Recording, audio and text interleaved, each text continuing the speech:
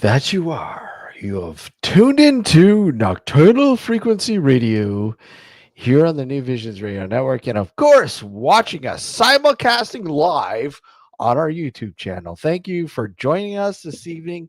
How are we this evening, Alex? We just vomited, so pretty good. That's probably for the umpteenth time vomiting. It's like a pool of vomit all around us. Ooh. Yeah. Ooh, yeah. Not good. Not at all. So what's new? Nothing. All right. There we go. Another one. Another one for the books. Another one banked. Yep. Another one banked. Another one banked. Gotta play the I play this. Yes. Nothing. That's it. Nothing. What? I thought it was the compilation. It was just me saying that. Well, we could play the compilation. We could play the send me the compilation. compilation so I can load it up. We could play the compilation if you want. I mean, that's not a hard one. I think. Wait a sec. I may not have it anymore. I'm sure I do though. Oh God, here we go. Alexis. You know what? I don't know if I have it. I don't know if I have it. Hold on. Let's see. Nope. I have it somewhere. I don't know where it's gone to. It's okay. I just have put a new compilation together. Well, I have all the files, so.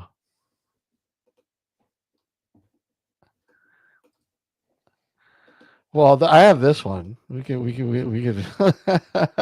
This isn't quite, but this is an oldie, man. This is an oldie. A hobby's a hobby. You do it because you enjoy it. I mean, I go out and take pictures. I'm an amateur photographer. I don't post any of those pictures on the internet or anything like that because it's something that I enjoy doing. No, but you post them on Facebook, though.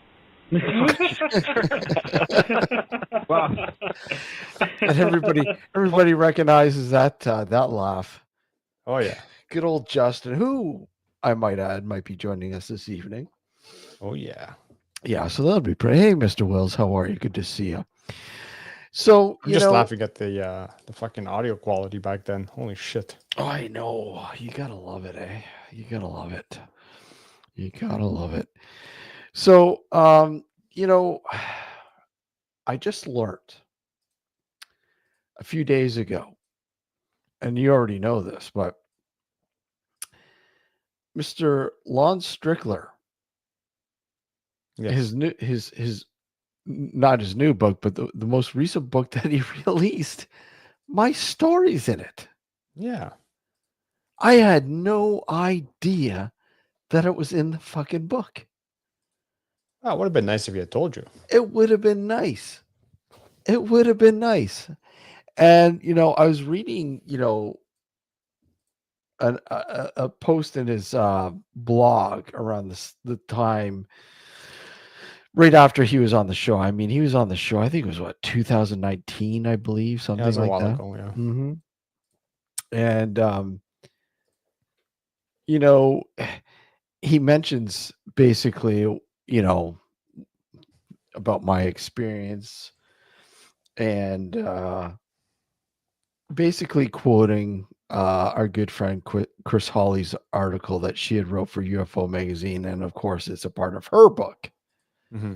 I'm like, hopefully he doesn't use the exact same fucking words. So I was hunting high and low to find this, and I finally found it. The PDF version of it. And thanks to Kristen of Paranormal Girl Podcast. She sent it to me because she's the one who told me. She's like, "Hey, I was putting on the audio book for Lynn Strickler's new book, and lo and behold, your story comes up." And I'm like, "What? What story?" And I'm like, "Wow, okay, this is cool. Thanks for telling me." Thankfully, of course, he gives me credit. Of course, I'd be pissed if there's no credit. No, he's not like that. He usually gives credit. Yeah. He's good. He gave me credit, and but it's cool. So I'm gonna have to pick the book up, or I should say, hey, Lynn, since you didn't tell me, do you think I might be able to get a signed copy? Milk it, man. Milk it. Milk it, right? Go for the gusto. Yeah, exactly. Get his autograph while you're at it. Exactly, eh? But yeah, well, hey, that's neat. Hey, Laura, how are you? Good to see you. Hey, Julie R.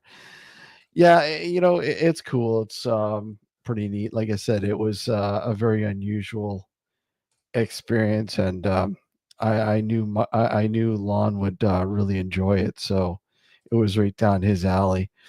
Yeah. So, I've been watching, like I mentioned, backstage. I've been watching the TV series Hysteria with Bruce Campbell's in it, and it's pretty neat.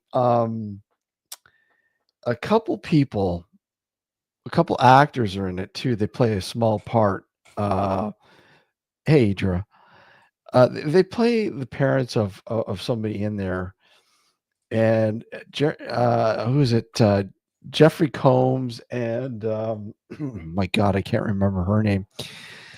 And they're both vets from what you call it, Reanimator and stuff like that. All the Poe stuff, or not Poe stuff. H.P. Lovecraft. Right. And I found that was really neat. It's kind of like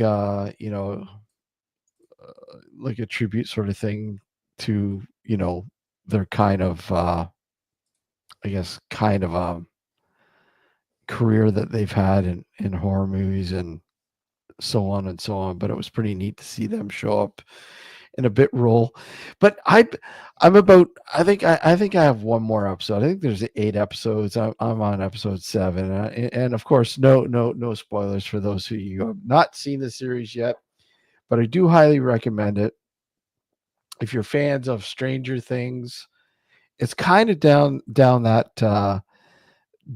kind of alley, slightly different, but I really love the soundtrack.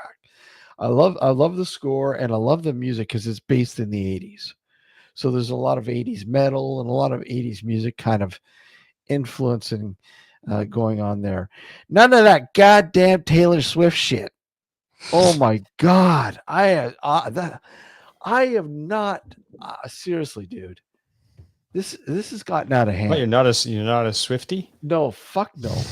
This has gotten out of hand. Like, I honestly, seriously, people need to put this to bed. Like, I don't understand why people idolize or put her on a mantle. I really just don't. I don't see why people do that with anyone, really.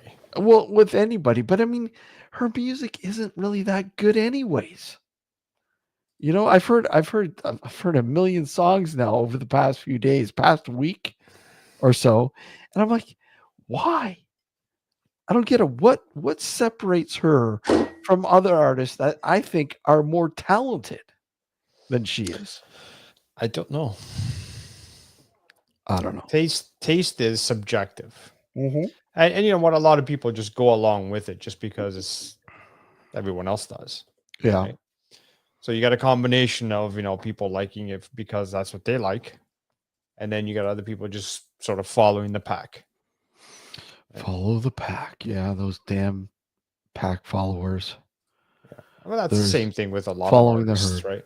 Yeah. A lot of artists are like that, right? They get a lot of fan base. A lot of it's legitimate fan base, don't get me wrong, but I mean, a lot of it's just people going with the flow because everybody else does. Mm. But let me ask you, like, since we're on the topic of music, have you what is your Alex is a secret Swiftie, I reckon. Yeah, Steve, you know me. And by the way, Steve, I tried the Monster Munch mayonnaise, and I absolutely fucking love it. It tastes exactly like the chips, man, the crisps. It tastes exactly like it. So thank you again. I really appreciate you sending me that. Really appreciate it, bud. Thank you. Since we're on the topic of music, do you find yourself, staying up with current music, or do you find yourself not at all, eh? I can't remember the last time I've listened to radio, whether it be on terrestrial, not necessarily radio, but go ahead. No, but just like in general, like music in general, right? Yeah. So I used to, because I have Sirius XM in my car. Mm-hmm. Also because the Moonbug channel for my daughter, otherwise she screams her head off. But on there you also have Liquid Metal. You have what are the other channels? See, I used to like Liquid Metal. That was probably the only channel I ever really listened to. Right. And so did I. I listened to that a lot initially. Lately, though, last few years, I haven't listened to a lot of shake it off. Yeah. I haven't listened to a lot of music at all. I listen mostly to like podcasts or shows or like those kind of stuff. Like I don't bother with that stuff at all. You know, Mind I you, the think music that I like, they don't play on radio anyway. Even on liquid metal, they don't play it. I don't even listen to radio. I couldn't tell you the last time I listened to radio, other than maybe, oh, excuse me, a little bit of news, traffic, or whatever, but Yeah. never radio. Radio, the only time I listen to radio, like actual like area, like the general area radio, not the satellite radio, Yeah. is when there's a hockey game, for example, and I'm on the road. Yep. That's Oh, the and a only hockey time. game. Yeah. That's the Hey, only Faith, time I'll how are listen you? to terrestrial radio. How you doing, Faith? Yeah, no, that's it. That's the only time I have Spotify, so I use Spotify quite a lot, and I find Spotify is really good with a lot of smaller bands, independent bands, Mhm. unsigned bands. And see, I used to be heavily into Bandcamp. I love Bandcamp. I love trying to stay current with music, like metal, anything down the metal sort of, that sort of genre. And I mean, I'll step outside it and get into others, but for the most part, metal, like, everything from doom metal to stoner Yeah. metal, Yeah. you name it. I get into it all. Yeah, but a lot of that stuff isn't even played on Sirius, for crying out loud. Like I I don't said, need like I've never heard, like in the years that I've listened to liquid metal, because that's the one I would predominantly listen to. Yeah. I never once heard Demo Borger on there. I never once heard Cradle of Filth. You know, Yeah. Behemoth, once I may have heard something from Behemoth on there, but very rarely. Like some of the stuff that I like, you won't hear it on, even on satellite radio, you won't hear it. Yeah. Yeah, I mean, I don't even bother with satellite radio. Now, I didn't. We know, so you get the package when you buy a new car. Yeah, Fine, bang, yeah. whatever. We never renew. I mean, I do listen to it when we had it, but I always found that, automatically I would just put internet radio on, right? I would like tuned in or whatever, and go to a channel there. Do you have tuned in? No, I don't have tuned in. As what do I have? At the moment, I have YouTube Premium because it's free Oh, until okay. Yeah. until the 17th. But Yeah. I'm gonna cancel that after. But I find tuned in has some really good channels that I really enjoyed. Right. Especially if you're into, metal, industrial, and all that kind of shit, right? Yeah. They got some really good stuff. But yeah, I can't handle I just can't handle regular radio. I hate it. No, neither can I. It's fucking repetitive. It's all the same shit over and over again.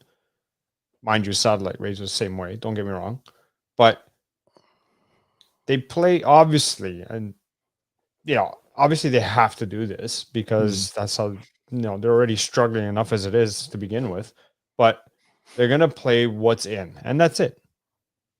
Just a bunch of songs that are currently in, and that's what they're going to focus on. Occasionally, they may throw in a different song here and there, but they'll focus predominantly on what is popular at the moment. Yeah. Right? Because that's what's going to entice people to tune in and listen to the station, right? Mm-hmm. Hey, Dave, how are you? Yeah. It's I find, when I go back to some of the, the local stations, and every once in a while, just out of curiosity to hear what they're playing, and you're like, holy fuck. It's been 10 years since I've listened to the station and they're still playing the same fucking shit. I know. No. It just the only time I listened to regular terrestrial radio when I used to go to work, this was years ago, was when it was Hits FM out in your area when they had the Biggs and Bar show. Yep. Oh, Biggs That's and Bar. the only thing I listened to. Yep. Right. And then they upped and moved to Ottawa. So scratch that. I haven't listened to Hits FM since. Friday House brings it, an important reason, and that's commercials. Fucking, it's funny. I I'm a big Steeler fan, a big Pittsburgh Steeler fan. I love the Steelers, and I've got IPTV, so I got pretty much anything when it comes to watching, anything on TV, anywhere. but I'm trying to find the Steeler game this afternoon, and I found what I thought was the station that was playing it, and literally commercial after commercial after commercial after commercial after commercial, and I'm like, Jesus, do they not get it?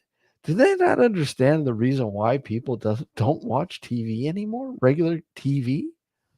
They don't want to have to go through this torture. No, but it's a catch-22 because that's how they generate revenue, right? For them, it's a catch-22, not for us. For us, we don't give a shit. We don't want to put up with all those fucking commercials, and so then you're left to. So the options that they have as a station, it's either they charge more for the services or they bombard it with commercials, right? So it's like one of those scenarios. It's like, am I willing to pay more to watch shit? No. So it's like, okay, whatever. It's just like what the fuck they did with like Netflix and even like Disney Plus, where they have the paid, the ad supported tiers. I know. I know. Are you fucking kidding me? Tubi does it for free. Why are you charging for ad supported tiers? Go look at Pluto TV. Same thing, man. Yeah, Pluto TV free. There's also Plex. There's also Tubi. There's a whole bunch of them that are free. I mean, Tubi's awesome. Yeah, I love Tubi. Some of the fucking shit Tubi has on there is really, really cool. Yeah, you got to sit through some fucking commercials, but big fucking deal. It's free. Exactly. Right. And it's not inundated with commercial after commercial after commercial like regular TV. That's okay, Julie. I hate New England and the Steelers. That's fine. Either you like them or you don't. There's no in between with the Steelers. That's for sure. And I hate New England too. So I'm with you on that one. But yeah, there's no. I hate football. Period. Yeah, there's no radio. It's a dying format. It really is. It is. It is. These channels are constantly trying to redefine themselves, and they've constantly finding that no matter what they do, it's the same fucking shit over and over again. And a lot of them have made their way to online, obviously, broadcasting online, and have literally like, I don't want to say neglected the FM or AM band. I mean, AM is just like, it's like some, like here, it's like, you scan the band and you're like, what the fuck is half this shit? Well, that's part of the problem. Part of the problem with regular radio is that their programming is not interesting. No, not interesting enough to engage the audience, that you need in order to have ads to pay your bills. Because I don't mind commercials as long as that's not like, if it's only a few commercials, I can, it's all right. I understand the reason why they're there, right? But if all you do is play commercials because I don't know why, then I'm sorry, I'm not going to fucking sit through a program where 90% of it's commercials. Exactly. Exactly. Excuse me. But if radio stations did more shows like our show, for example, just as an example, like the Art Bell, like Coast to Coast and what have you, like if more radio stations did stuff like this, and I'm not talking about the paranormal necessarily, but interesting, engaging shows. Wow, that's quite the compliment. Would have a much better option. You're complimenting. You're putting us up on a high pedestal. What's going on there? Yeah, well, we have to be. I'd like to be on a platform where we get paid. Well, there's actually 2 stations in the U.S. that play us. You know that, right? No. There's 2 stations in the U.S. that play us, that play New Visions Radio Network. Oh, yeah? Yeah, you didn't know that? No, I didn't know that. There's one in Kansas City, and the other one, I believe, is in Cincinnati. Like actual terrestrial radio? Actual FM radio. Nice. Right? He was actually, I remember him trying to strike a deal with what station was it? In an AM station here. I can't remember which one. 590? Is it 590? Right here five locally. here locally. He was trying to strike a deal with them to play some of the programs, right? Which would have been cool, Yeah, if we right? could hear Hey, ourselves on Wayne, the how actual are you? radio. You know, Yeah. but I mean that's what we would love. We would love to get on, local terrestrial radio here, AM or FM. Who gives a fuck? I don't care. It's most You likely know? going to be AM, if anything. Yeah, because it's talk radio, right? Yep. Yep. Right, but whatever. I mean, And how it again, works you out. know, as long as we get paid for it. Well, of course, Yeah. of course, Otherwise, forget it. Might as well keep doing what we're doing. of course. Let's see. Doing good, Wayne. Tonight. Hold on. Let me just see. I just want to see something here. We are going to talk about being Do you want to be a paranormal investigator? being a paranormal investigator. Do you? What Don't do it. does it take? Hold on a sec. Don't do it. Stay away. I hate Facebook.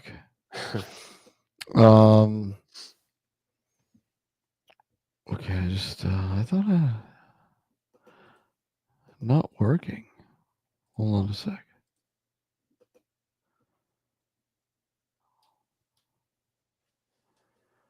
Justin is trying to come in. It's not working for him. It's working on this end. Keep trying, Justin. I'll resend it to you, Justin. Technical difficulties? He says it's not working. So, instead of having dead air, Yep, go. I was going to say, don't get into the paranormal. It's not worth it. Just stay away. I think in this day and age, it's really, really convoluted. It's really That's part of the reason. Stay away. Yeah. You're just getting involved in a fucking shit show. I think a lot of people get into the paranormal for the wrong reasons. A lot of it wrong reasons. Mm-hmm. You know, because a lot of them have grown up now with the TV shows, and slowly of becoming the platform here on YouTube. A lot of people have been kind of in cahoots. I had to use that word. I don't know why. In cahoots. Why did I have to use that word? I just had to. You know why? No? Yeah, I know why. I just had to. It's such a cool word. Well, it's an old word that doesn't get used a lot nowadays. Yeah. But anyways, they get into it for the wrong reason. They do. A lot of people get into it for the wrong reason. And when they get into it, they don't really, try to advance themselves. It's like it's monotone. It's stagnant. They follow the pack. They don't try to say, look at maybe I should try doing this. Look into this, experiment with this, and see what kind of findings I might get. They just, I don't know. They don't further. I look at a lot of, and I'm going to be brutally honest. I'll be brutally honest. A lot of people, and a lot of people here on YouTube, especially here on YouTube, because there's a shitload of them. And I'm not going to name any, and I'm not going to bash any particular person or channel or anything like that. But there's a lot of them out there. From coming off as an authentic paranormal investigator to a authentic debunker, if you will. On the same level, both. And really, I find that they're both trying to achieve the same thing. It's all about the likes, subscribes, and whatever else. It's not about the important thing here. No, well, It's- their focus isn't trying to make money. it's- Like their hope is to try to Exactly. make enough money to make it into a living, or at least supplement. Yeah, I mean, I don't get me wrong. I do enjoy watching certain people on both sort of sides of the spectrum. But I really when people will outright tell you, on one side of the spectrum, people will outright say, "Well, hey, look at I've got proof of the paranormal," and you sit there and go, "Wow, you're kidding me? That's your proof?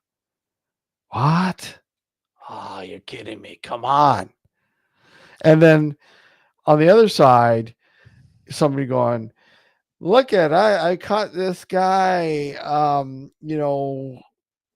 red-handed faking the paranormal." And outright debunking and going, "Well, hey, wait a sec. You have to look at honestly, people, you have to look at the people who are debunking too.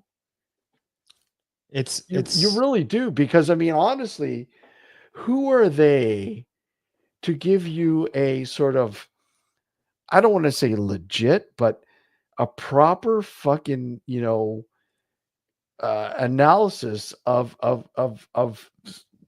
somebody who's supposedly faking. I get it. There are people that are like obvious as shit that fake it. A lot of them do.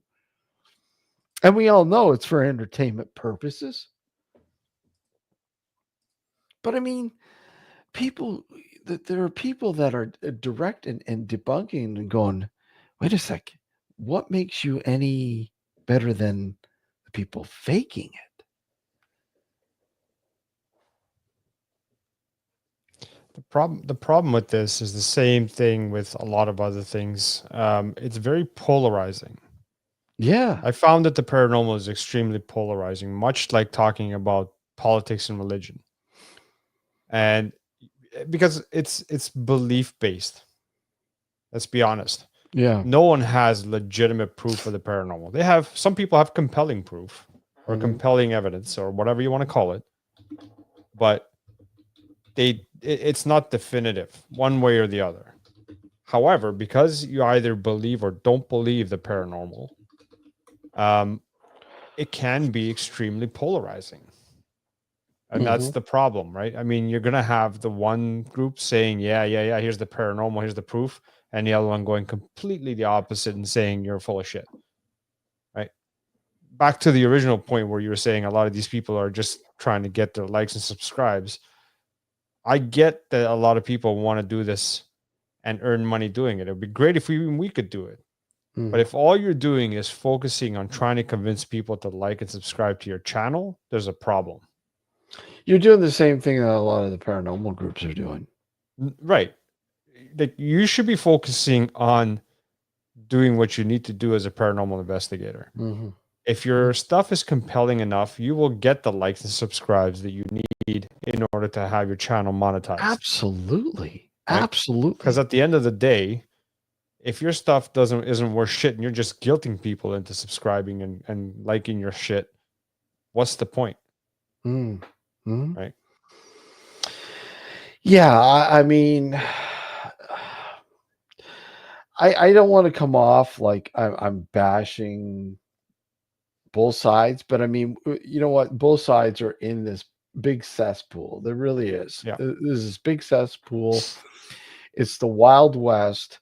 I've been doing this for. I mean, we've been doing the show since 2008, right? And we've been through so many different sort of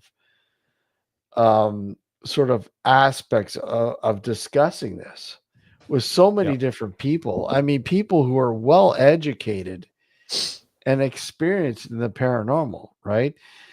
And some people, when people who like outright debunk, and to me, it's almost like they're not really outright debunking. They're simply just trying to open a can of worms.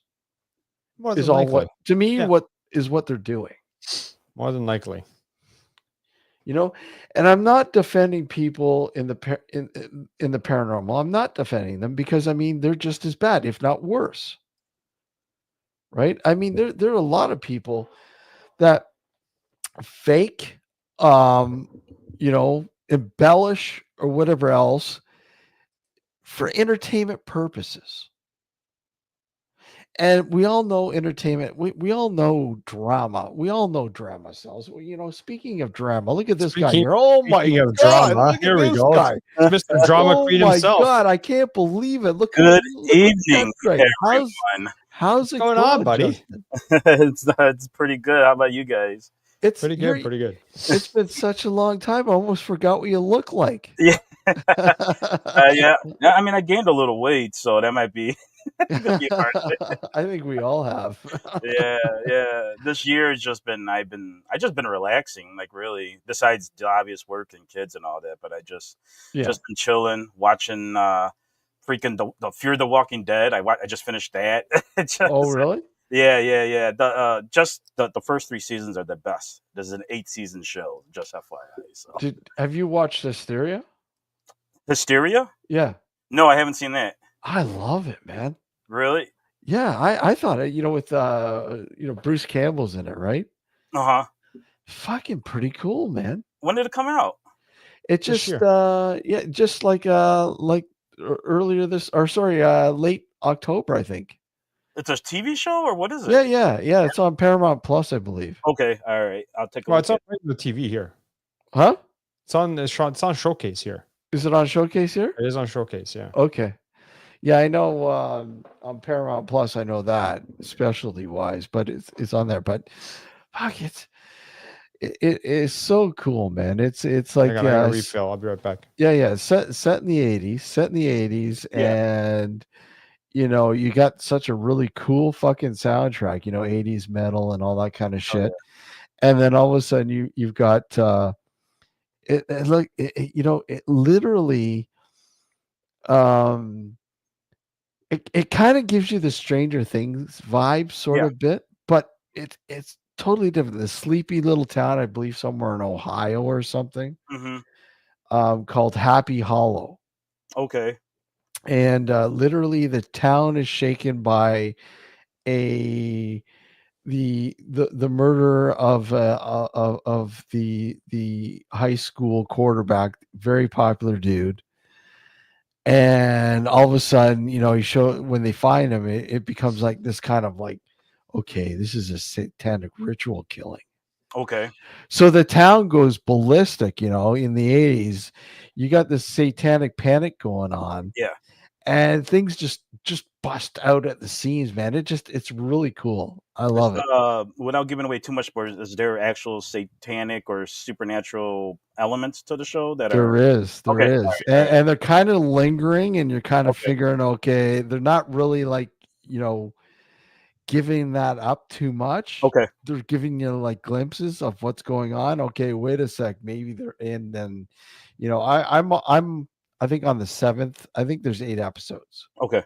I'm on the 7th episode, and things are starting to like, bust out. Pick up, yeah. Yeah. Usually around the 8 episode in the seasons when things, start to really ramp up when it comes to most shows these days. Yeah. I don't know. I'm like hit and miss with shows. There's like things. This sounds like something that's right up my alley, but like, what was it? Oh my God! It's that one show about the priest and the vampires. Not Salem's Lot. The Are you talking about a movie? Midnight Mass. Midnight Mass. Yeah. I enjoyed maybe the first 2 or 3 episodes. Yeah. I did. People were like, "You would love this," and I was like, "Really?" And I like I forget the director's name and the director and writer. I enjoy some of his other stuff, but it's been hit like for sure. I think he did Dr. Sleep, if I remember. That was yeah. But I just when it comes to certain supernatural shows and whatnot, I don't know what it is. Even lately, it's just like a lot of writing is I really don't know. It's kind of just lately kind of subpar to me. So it's like every time I check out certain shows, I like the horror supernatural stuff. Mhm. But yeah, every once in a while I'm like, what is this? And for sure there's things that are like I should like this show. I should like Midnight Mass. The whole thing is something I should like, but the Yeah, one I was thing I've hoping I was executed hoping to everything. really like it, but I just Yeah. like you, I'm I'm like, glad I'm not the only yeah. one because there's so no I was like, how could I you? couldn't fucking finish it, man. No, I must have it watched was 2-3 episodes and I was like, this is fucking dumb. I'm yeah, stopping. me too. I just gave up. it, Just it, gave it, up. it had a good a lot of shows that's where it kind of are it's like got a good premise and then they just don't go with a lot of things. The same thing with Fear the Walking Dead. When Yeah. they kind of took that element and then took that perspective of it, when people were starting and how they're going about, a lot of cool things were happening, especially in the first 3 seasons. There's a couple good characters that they have killing off. Now, there's some things that I kind of, think they're not necessarily an agenda, but when you watch certain shows, it's like, oh, that's largely these, like female led and whatnot. And some of the, so it makes me sound, but some of the good male characters get killed off, or they get very little, and then all of a sudden it's replaced with, a female lead or some other lead, Mhm. and a lot of good things that I liked. Apparently, there was writer changes after the third season or whatever, so it kind of makes sense why I kind of like. I didn't know until just recently, and I kind of was like, "Oh, I guess that makes sense," because after the third season, I kind of just it could have ended there, and I would have been fine, to be honest with you. Mhm. But yeah, I've been trying to catch up on a lot of TV, and just some things lately just been a hit or miss, or it's like halfway a decent season, and then just falls apart, by the No, end of recent shows are fucking garbage. That's what it Yeah. seems like to me. I don't The even. movies and shows now recently, it's a dime a dozen. Yeah, Or yeah, sorry, the yeah. needle in the haystack finding an actual good show. How do you Seriously. know? You don't watch much TV. What are you talking There's a about? reason why I don't There's a watch reason TV. why, yeah. I Yeah. can see that, because I usually just watch like YouTube and Yeah, uh, Yeah. exactly. a lot of stuff is within the same realm. I like kind of like analog horror, so I watch a lot of short film horror stories on YouTube. Let I love the alone horror narrations on YouTube. yeah, Oh yeah, I mean, those a are lot of it really is good. really good. They really, I guess, because people take a little more heart in it when you come to something like a big production where it's like, yeah, I'm sure there's some heart in it, but most of it's they got to make money, they got to close the date on filming, and they got you got to get all these certain things done within that time. But yeah, catching up on these shows, some things are hit and miss. I'm surprised I stayed 8 seasons. I don't know how many episodes that was to finish it, but I just couldn't. I'm the type of person, if I start it, I'm going to finish it. I just want to see where this ends, no matter how much I'm being tortured by dialogue and goofy One of the storylines. one of the last series I actually devoted time to Mhm. Mhm. was The Blacklist. The Blacklist. Which one was Yeah. that? I thought that I thought that has fallen flat since what's her name left. Yeah, but it was only 2 seasons more after she left. Wasn't Yeah. it So James Blacklist, Spader? James James Spader. Spader, Yeah. yeah. Yeah, okay. I caught that. That was years ago then. Yeah. Well, it just ended not too long ago. Holy crap. Yeah, that's It been a was like season while. 10. Like they went Yeah. up to 10 seasons. You know what I enjoy. I love this channel, and you know what I've shown this a couple times, and I'll show you, Justin. Mhm. This guy on YouTube, he's Briscoe Park. That sounds familiar. Oh my god, I fucking love. It's so cool. Let me just I'll play a Go ahead. little clip here for you guys. Just to give you an idea. But okay, I don't want to share that.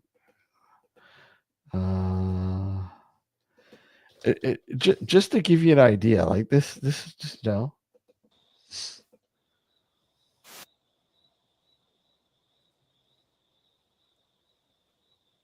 This reminds me of many of my nights ghost hunting. yeah. You mean digging bodies or Yeah. burying Get up bodies? bodies, yeah. Hold on, I'm gonna get a refill. I'll be right back, guys. How Yep, how else am I gonna do my necromancy? that's right. Hey, dude, man. You like vampire stuff, honestly? Yeah, no, I do like vampire stuff. Yeah. Okay, hang on. Oh, you're gonna turn into man? You're a vampire, Alex?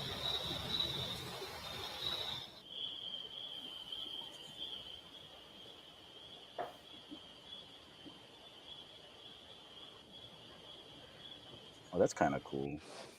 The omnius of that.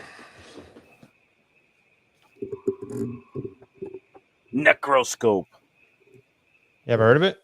No, what is that? Well, it's a book. I can see that. Yeah, exactly. This is book 1 of 5 of the series, right? And it's pretty thick. Jesus, right? yeah. It's about over 500 pages. It's based in the UK.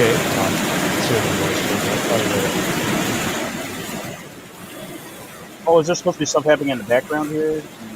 I guess we'll find out.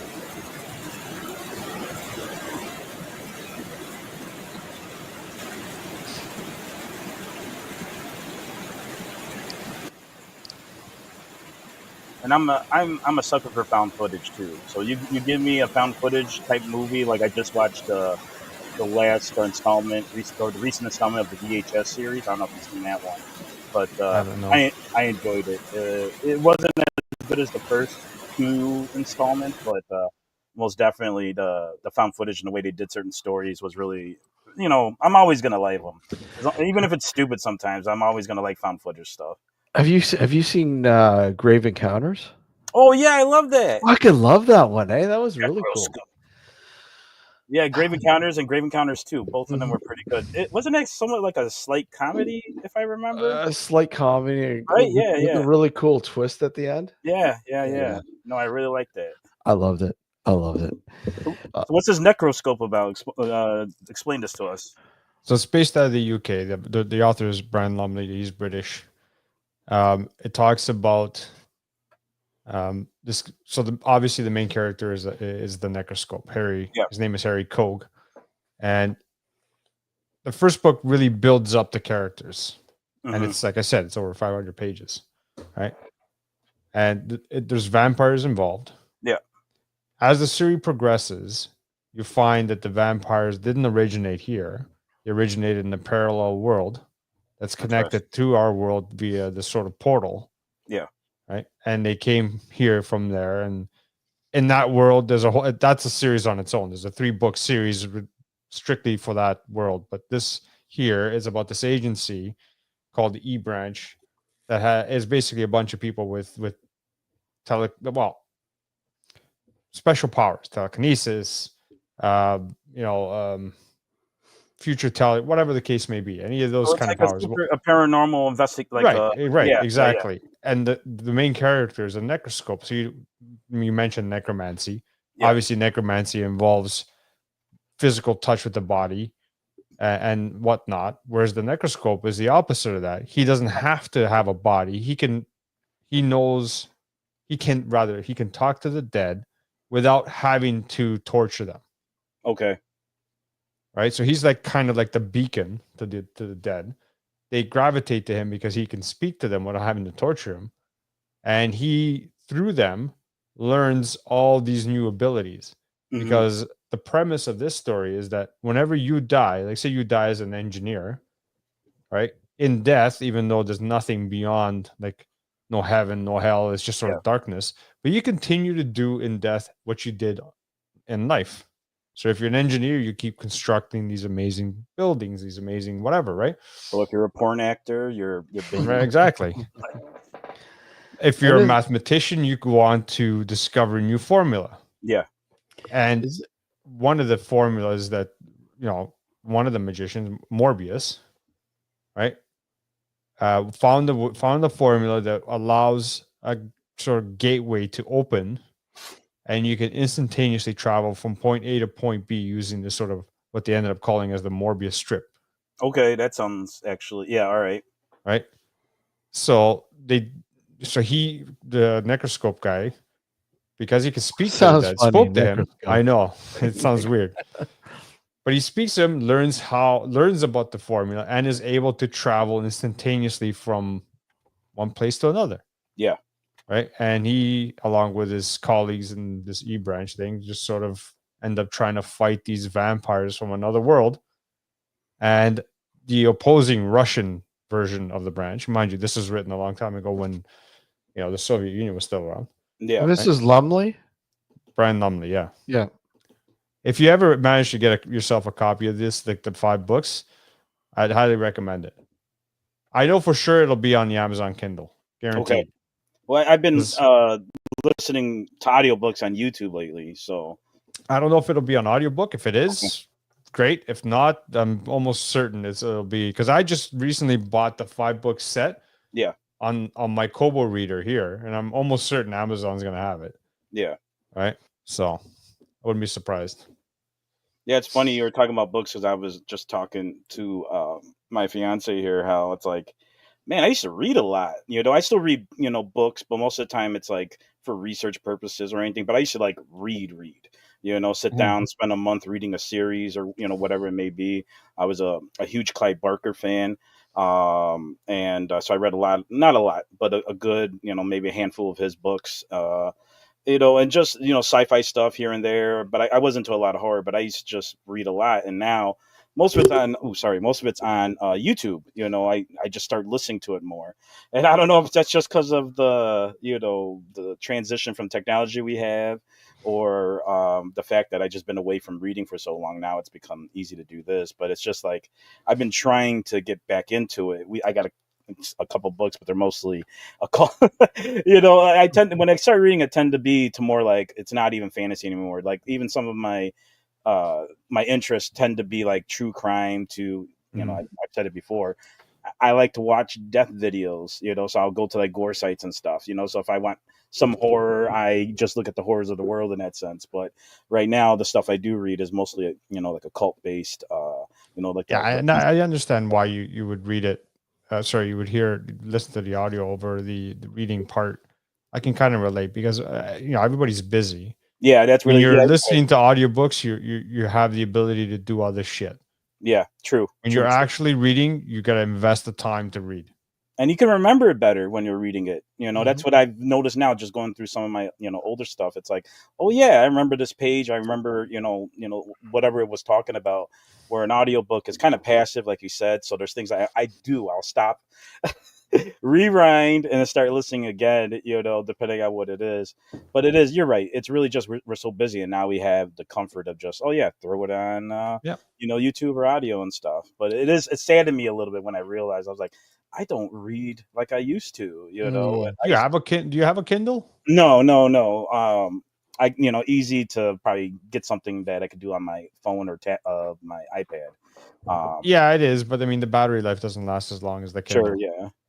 But yeah, whatever. It's whatever. You can get the Kindle app on your iPad. No doubt about that. And, oh, good. Okay.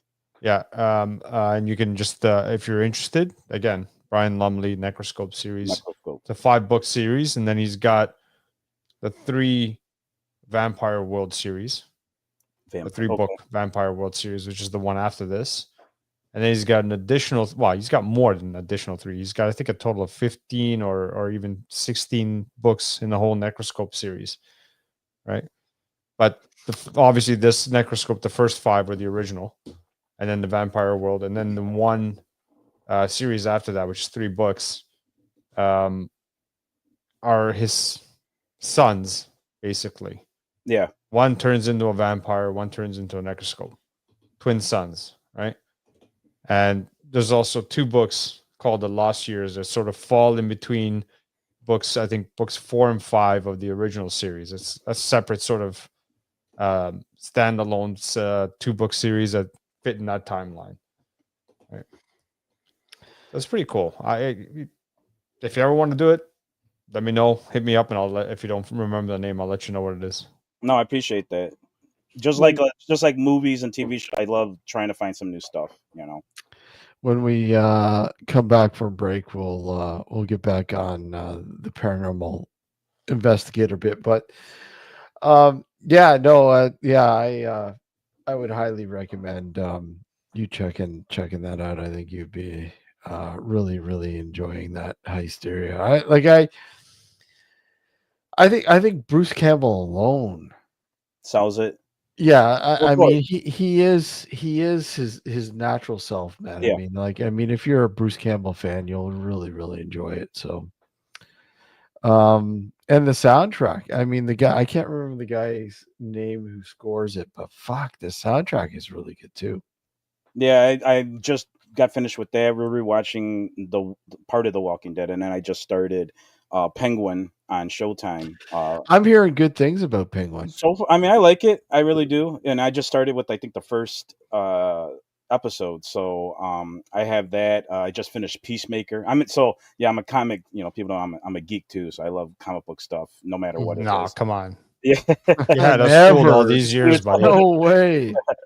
So right away, you got a comic book, so I'm gonna watch it. I'm trying to finish up Agatha, which is it's all right. It's whatever. I haven't totally finished it, but I'm catching up in bits. But I'm finishing American Gods. That's another one that was good. And I just finished Good Omens. I don't know if you guys saw that one. That's another one that's kind of it's pretty good show right there. Heard of it. Yeah, yeah. It's got oh my god, what's his name? Um the one of the doctors, Jesus, my favorite one. I can't even think of his name right now. It's got him and another they're like actually really close friends in real life, but they play an angel and a demon, and it's kind of going on with their history of what they're doing throughout, and they kind of start seeing like we're kind of gray when it comes to these things, that the whole heaven and hell is just this bureaucratic nonsense, which Oh, is that the one on Prime? I think it is on Prime. Yeah, It Yeah. is. Yeah, on I think I Prime, know yeah. what you're talking about. yeah, it's pretty good. Yeah.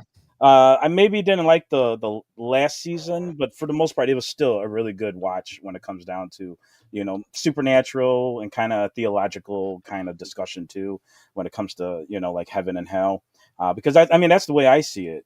I actually just I kind of got in trouble on a TikTok stream I jumped on late at night, so it wasn't even a good thing.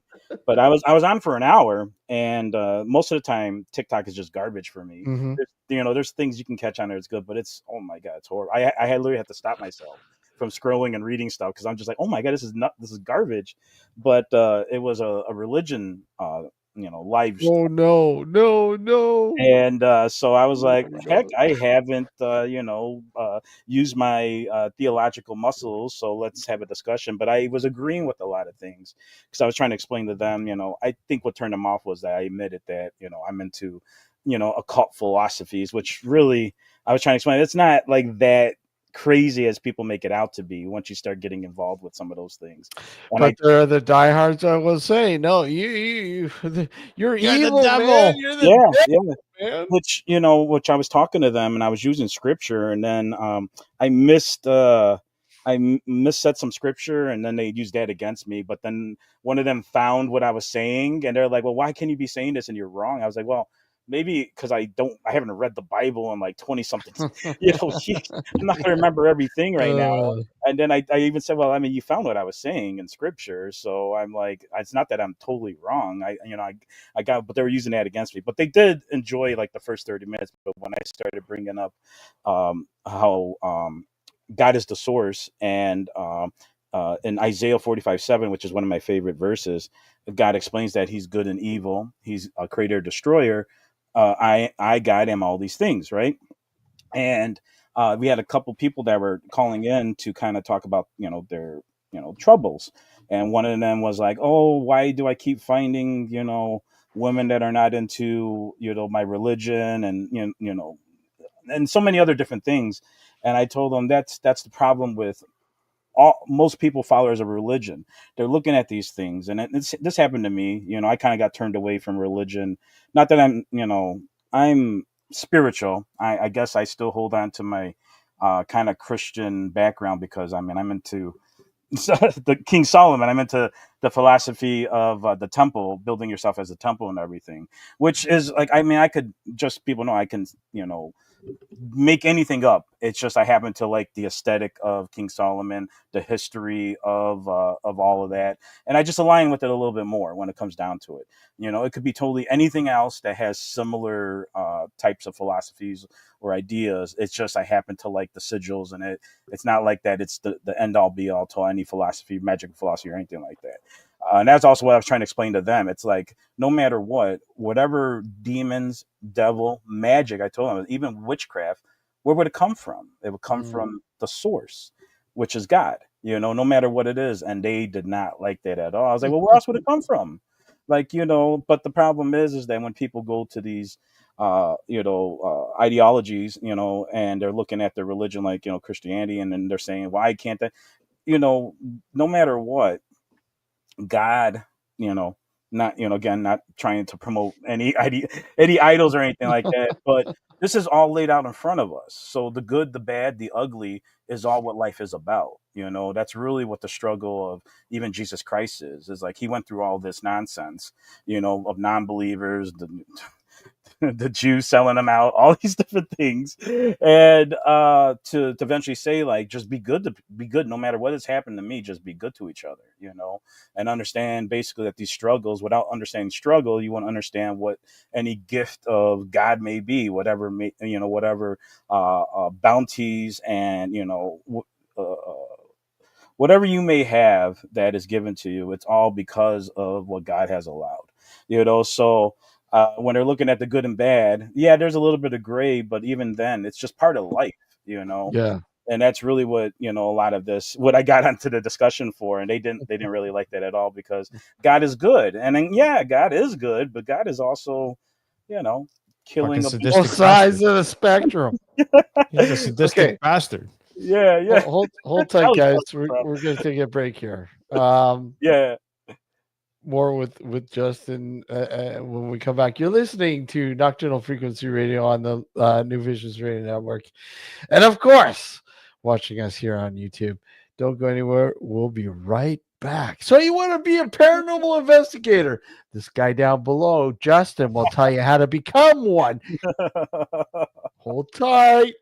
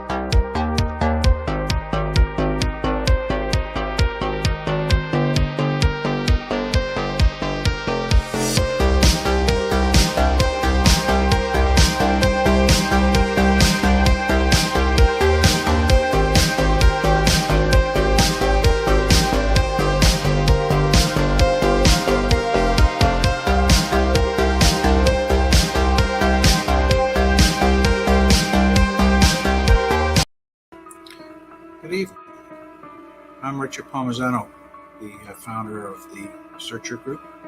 It's a paranormal company, the oldest in Canada. I founded it in 1979, which not only makes me old, but makes me doing paranormal research and field work for just under 45 years now. I'm also an author, researcher, and lecturer on the paranormal. I've written 6 books now. And I really enjoy coming on with Steve and Alex on Nocturnal Frequency Radio, as well as listening to the shows, because there's a lot of interesting guests there. I like it, looking at this stuff, because it opens your mind to other options and other alternative thoughts. There's always time to learn new things. So I hope you join us and come and see Nocturnal Frequency Radio. Thank you. So let me ask you, what makes for good radio? My 5 favorite songs all day long. Play it again. No. As many commercials as physically possible. What? No, why would that be good? Great music, great talk shows, no commercials! Precisely. New Visions Radio gives you no commercials, no nonsense, just the best new music and the best talk all day long, 24/7, 365. NewVisionsRadio.com. Hey guys, Kristen here, host of the Paranormal Girl podcast, a bingeable exploration and deep dive education about the paranormal for the skeptical believer. Some of my past season topics have included shadow people, Mandela effect, demons, and UFOs. Currently, I am tackling Bigfoot. I have been sharing this journey with my audience since early 2021, and I have learned a lot these last few years. It's truly a mysterious world out there beyond our perceptions, and reality is just not what it seems. I have also, since the start, met some awesome folks like Alex and Steve, and I've really enjoyed watching and learning from them and also joining them on their show. Their guests are always outstanding, their listeners are just the coolest, and these hosts are some of my favorite people. I recommend their show to anyone looking for an intelligent and fun conversation about the paranormal amongst friends. So join me on my investigation, join Steve and Alex on theirs, and enjoy. Now back to the show. You are watching Nocturnal Frequency Radio. Describes the after effects of a burrito he had before the investigation. Yeah, it almost smelled like there was something burnt. I smelled it throughout the woodlot from the time we entered the other end and went all the way around. But I don't know if it's because, it could be because of the mustiness, the wet leaves and everything else. But it just smells weird. It's a weird, burn, musty sort of. Yeah. Okay, it's hard to explain. It's hard to compare it to anything, but it definitely smells like something that's been burnt, but it's like kind of been put out for a while, and you just have that smell that lingers. That smell that lingers. Yeah, welcome back to Nocturnal Frequency Radio here live on the New Visions Radio Network, and of course, simulcasting here on YouTube. I want to thank everybody for tuning in. Hey, Cheryl, how are you? Good to see you. I think Lenore smells something that lingers all the time. Sulfur. Sulfur. Sulfur.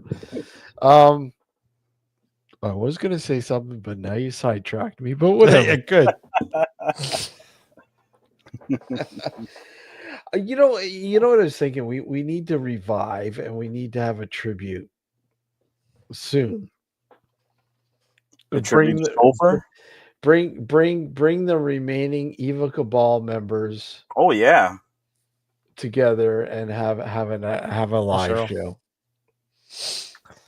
Have a live show. That time could be put to good use there, Justin. Yeah. Yeah. Hey, Safari, how are you? Good to see you, man. So, okay, so let me ask you, Justin. And the landscape, I mean, we've been talking about this for years. Yeah. A long time. and the landscape has kind of changed, but not a lot. The same old shit, but just a different sort of skin, if you will. Yeah. Becoming, what kind of advice, where would you tell people, look, I want to become a paranormal investigator? What would you tell them to do to sort of steer them in the right direction to avoid and whatever else? What would be your advice to that person in terms of wanting to become a paranormal investigator? Stay away. Yeah. So Tighten up your belt and make sure you don't cry by the end of it, because you might be a little disappointed. yeah. No, I think the good starting point is probably what we've all been through is go to a library or buy some books and kind of get into that aspect of kind of researching. That's the biggest part of paranormal investigating. So start up with the basic thing like I did, get the Ghost Hunter's Guidebook from Troy Taylor, and just kind of get the understanding of that. And then just start doing the research on the history of parapsychology. And I think that's really the good start. Otherwise, the simplest thing to do is, it's not the same anymore, of course, when it comes down to it, because everything's now pay for play. Everyone knows about all the haunted places. Just was it for my birthday, which was last week or this week? I think it was this week.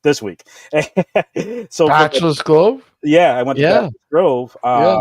Which I've been to multiple times, but I haven't. It's been a while. But my first time I went was when I was about my pretty much I think 2 days before my 18th birthday, and so that was 24 years ago. Oh, isn't it scary? That? Yeah. Isn't it scary, buddy? I was just thinking, I'm 42 this week as of Tuesday, Still if I a pup. know my date, and we all met. Yeah. I would say that's almost 20 years ago. So. Fuck yeah. It's been That's 20. fucking scary, man. It's been almost 20 years. Almost, yeah. Probably maybe 18, somewhere around there. Maybe about 18 years. Well, we've been this show's been on 17 seasons, right? So basically, 2028. Somewhere around there. 2028 will be about 20 years. Yeah. So, and I was just thinking, I was like, man, just so much time has passed by then. And, just seeing what we've done, because people still, you still doing that? And I'm like, yeah, just not like I used to. They ask me why, and most of it's why is because it's changed. Like you were saying, the whole climate's changed. Everyone now can just, get a paranormal thing going. Not that it wasn't hard then, but, we were kind of a small group. There was only so many of us out there, especially when I started in the, was it the late 90s, I want to say, somewhere around there. So, and there was only so much resources. Hello, caller. Oh, Jesus. The very first time, buddy. Oh, my God. Hey, Justin, how are you? How you going? Is it Steve? Yeah, this is Steve. Good How are you? It's just not How you me. going? Not just Fine, me. Fine. Had a long day today.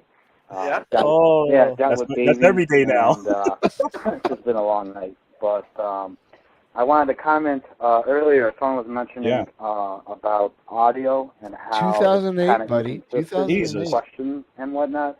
And I just wanted to say that I agreed. Well, with a lot of other things in the whole investigating as well. Sometimes it's inconsistent with what's going on, or what we are taught to believe this is how things are supposed to be done. On that notion, and I just kind of wanted to see what you guys thought of that overall with using equipment and investigating places. Kind of the same discussions, when you think about it, because these stuff need to be talked about in that sense. And just like someone commented here, just learn how to compile data, learn how to research. I mean, I think that's the biggest problem. I'll always remember having a group meeting with some new people, and they just wanted to go out, and I went to the bathroom, or I went to go get something printed, and one of my members was there with them. I mean, there were members too, but they were new. And I didn't really have a process of like interviewing or anything like that. I was pretty much just open. You're interested, put the time, put the work in. And they literally said behind my back, why don't we just go do this? And my guy was just like, because we should be researching first before we're just going off to any of these spots or trying to do anything. We need to sit down and gather as much data as we can. And I always stuck by that. Yeah, sure, I used to like go out and ghost hunt willy nilly, but as I gotten maybe even a year serious into this, it started to become a real serious thing to me. So it's like, we need the research, we need to understand the history of this place, we need to understand all sorts of things. And I think because I came from a religious background, and partially my studies are kind of scientific, even being involved with HVAC and remodeling. You need kind of some logic, some math, some understanding of how the world works. And during that time, I was just getting done with psychology, sociology, and a bunch of other things. And this is like right before I went to college, briefly. But so I had like a good base. I had a religious base, and then I kind of have a starting logical base. And I think that's what really helped kind of shape the things that we were doing differently compared to other groups. People were coming to me and some of the people that were involved with us because we kind of had that mindset. And I think that was the big difference. Get the data, get the research done, understand what we're doing, have a good rounded perspective as much as we can about what we're dealing with. And that's really where you should start. And again, I come from a religious background. I'm not religious, I'm spiritual for the most part when it comes down to it, or at least open to what that may be, because I can't tell you what that is either. I can't even tell you a lot of things, but I could tell you certain things work, and there are some interesting things going on in the universe. I can't say that, but I can't give you an exact answer. And I think that's also the thing. We don't really have the answers, and that's also a thing that we should be applying to the paranormal field when it's coming to dealing with cases and just overall what's going on out there, because we don't, even if anything, the top science research that we've done is saying that we have psychic abilities. Okay. Yeah. That's really about all we got. All right. Legitimate. You can find studies from different universities that have done this. Of course, there's certain universities that are more not lenient, but kind of lean to that. I think Duke University was one of them, which had the first psychological courses. And then the guy who started that, believe it or not, was a botanist. Botanist. He was a botanist. J.B. Ryan, if I remember correctly. Yeah. Which I had one of his books. J.B. Ryan was one of his books.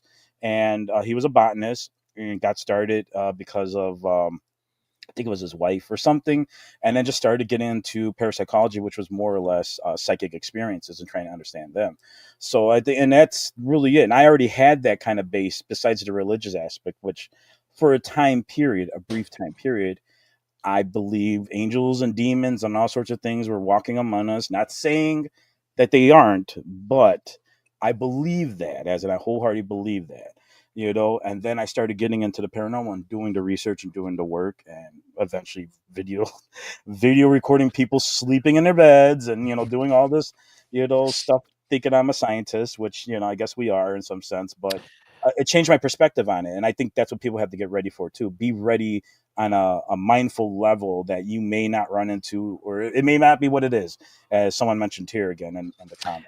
I think one of the major things that really intrigued me about the paranormal is the demonic structure. Yeah. And again, somebody who is looking into this sort of aspect, not knowing a lot about it, doing research, and going, "Wow, this is fascinating." That there is this demonic structure there that exists. And mentioned in the Bible here and there, and on the outside going, well, hey, I've never really seen a demon, but holy shit, if I mention the name of a certain demon, I might be possessed and blah blah blah. And of course you see all these movies and the church saying, the Catholic Church, the Vatican, and all this. The Warrens for that. Oh God, the Warrens. Yeah. There's a whole and that's the whole thing too. Not to cut you there, but we do kind of have to understand a little bit of the history of where this kind of started. And Yes, the exactly. Warrens were kind of a big part of our Yeah. paranormal history, but A lot of this, yeah, seriously. unfortunately. But and I started grabbing all this literature on demons. Yeah. Yep. I said, I want to know more about them. I mean, do they really exist? Are they a metaphor, or are they really us? Are we really demons? The demonic ones, and trying to figure out. And I find that this is still a problem to this Yeah. day, Yeah. Justin. People really just don't understand the demonic structure, and they automatically assume that everything is demonic Yep. possession. But let me ask you, okay, without sort of going into that sort of direction, how has investigating and researching the paranormal affected your life? How has it changed your life, do you think, over the years? How has it changed your life? It's become more critical and Yeah. logical about things, and not saying that I'm always critical and logical about stuff, but I've become more because of that. Mhm. And as what I do, I apply everything I've learned into the paranormal. And the things I do talk about, as I ramble on a lot, is that all these things are connected. Beliefs are connected. And so that's the thing we have to understand. A lot of these things are connected. So for me, it was understanding there was all this connective understanding the paranormal experiences that are also historical. They're religious and based. They're even philosophical. So you kind of have to come about this in a whole, different way. But really, what changed it is having that critical and logical mindset to look at things and all things now. I can't take everything at face value anymore, Mhm. because it's like I've seen what people can do. I've Mm. seen how people can tell me stories about their experiences. Some are real, Mhm. some are made up, some Yep. are a little of both. And I wouldn't, and then when it comes to real, I'm not saying, the demons and ghosts exist, but something they experienced, they experienced it. There may have been some historical evidence to maybe certain things, so I can say, at least from that point of view, there's something going on here, whatever that may be, and yeah, it really is. For the most part, I think it really helped to have a philosophical and a theological discussion to all things, because what we're looking for in the paranormal is really trying to understand reality. Like, that's really it. It's not about life after death or anything. Once we understand whatever the paranormal may be, either aliens existing from uh, traveling through time and space, or they're visiting us through our heads psychically, or we're experiencing again, demons on a physical level, which most likely isn't the case, or experience them psychically. Now, that's questionable on how that's happening and what that's doing, but we're seeing that these are connections to understanding the rest of the universe, the rest of the world, and trying to get into that really help kind of mold that understanding of basically everyday life. Believe it or not, Yeah. because everything is about belief. As I used to say, we are divided by belief and we're empowered by belief. And you see this where I can come and see a certain perspective on something, and then you have another person with a whole different mind frame see something totally different, and I shouldn't say totally different, but perceive it on a different perspective, basically, than what I would see it, because we can look at one point of an angle and see something from that other side of the angle, and it's completely different, or it's completely altered in some way. And understanding that will be able to understand that, yeah, I may have the answer to this, others may have the answer to something else, Mhm. or we're completely off our rocker, and and we're just willy-nilly going out and saying these things and believing these things and whatnot. And I think that's also the downfall of what we're dealing with here, because look at, just like you said, everything's demons, everything's all this. It's still kind of the same. It hasn't really gone any further, and that's what I believe is because no one really is trying to have that well-rounded perspective on that, and that's really what it is. And that's really, to answer your question again, is what helped me is kind of have a more well-rounded perspective on everything that's going on around us, paranormal or not.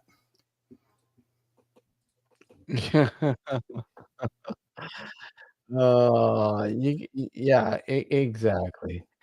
I mean, what about you, Alex? I mean, when you Religion first start, sucks. well, yeah, religion sucks. We know that. I mean, but I mean, when you've looked, because I mean, you were interested in the, you are interested in the paranormal, but I mean, your transition from getting into this and to now, like, I mean, you have so many different levels. I mean, you have fanamazing, from the writing side of things to the research sort of things. I mean, you have investigated, but I mean, how has it changed you over the years? I become more cynical, much like all Yeah. the rest of us Yeah, here on yeah, this yeah. panel.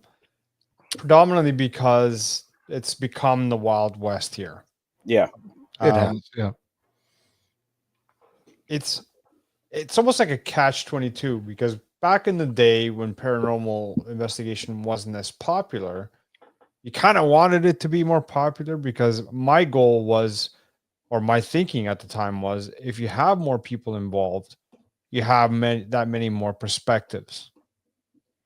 At the end of the day, my goal for being involved in the paranormal is strictly personal. Mm-hmm. It's for my own benefit. Yeah. I don't post anything about the paranormal or what I found. Like, I have recordings where I've captured stuff on audio. You'll never find that online, except for this show. Like, we played it on this show, and that's it. Yeah. Right. But I don't have a website. Even when I had fanamazing, it was predominantly just articles. It wasn't any audio or anything like that nature. And I want to be able to find the answers, and I know that's like grasping at thin air sometimes, because it's a topic that's it is almost essentially exactly like religion in a sense. Yep. Right. You're dealing, I mean, if you really think about it analytically, without personal beliefs aside, belief in religion is belief in the paranormal. Yeah. Let's face it. Yeah. You're believing in a deity that can't be seen, is omniscient, omnipresent, all of that stuff. Has all this. I mean, it's the paranormal. Let's face it.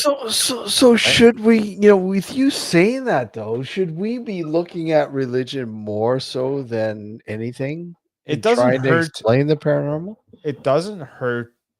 This is the problem, as I alluded to before. Even with the paranormal, it's very divisive, and even Justin touched upon it. It's very divisive because it's belief based. Anything that's belief based can be very divisive. Is that the right way to say it? Well, you get what I'm saying. Sounds good to me. Divisive, whatever. Divisive, yes. I'm already half, whatever. I'm almost, I'm almost half in the bag right now. Anyway, the 40 creeks kicking in. Yeah, I gotta tune myself in.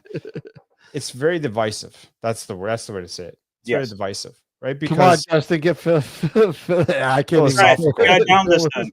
Yeah, we all got to get to a certain level before we can be very philosophical. Yeah. But and that's I lost my train of thought. Thanks, Steve.